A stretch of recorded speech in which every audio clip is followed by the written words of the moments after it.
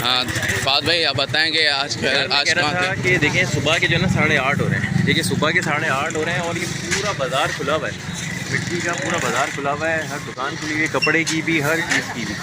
तो हमारे शहर में देखें ये भी तो लेके बैठे हुए हैं कि यहाँ लोग आएंगे सुबह, इन्होंने भी शुरू किया होगा 8 साढ़े 8 बजे मार्केट खुलना। तो मिट्टी शहर जब हम सुबह 8:30 बजे विजिट करें, तमाम दुकानें खुली हुई अपने ज़ोर शोर से।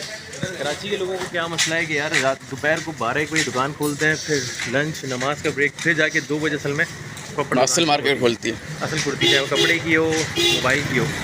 आप इन लोगों को देखिए सब खोल के बैठे हुए हैं और इनकी एक दो से मुलाकात हुई है तो 1 से 2 घंटे पहले से खोल के बैठे हुए हैं, ठीक है ना। और चीज़ें भी सेल हो चुकी हैं, आधी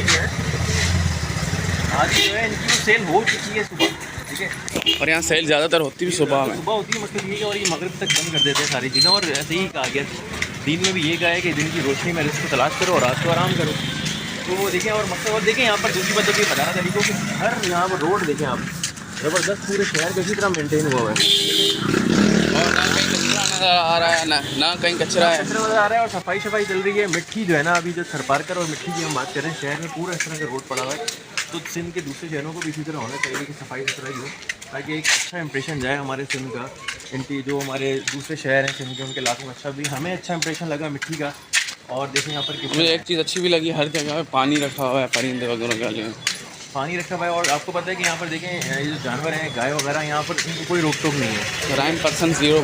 हाँ, और क्राइम रेट में पता है कि यहाँ पर 0 है। अब जहाँ पर जो गाय वगैरह हैं वो ऐसी घूमती रहती है, आपको पता है यहाँ पर हिंदू कम्युनिटी है तो उनको माशाल्लाह से हर चीज़ की फैसिलिटीज़ हासिल है बड़े अच्छे अंदाज में। और आप देख सकते हैं हर चीज़ बेहतर अंदाज में। चलो ये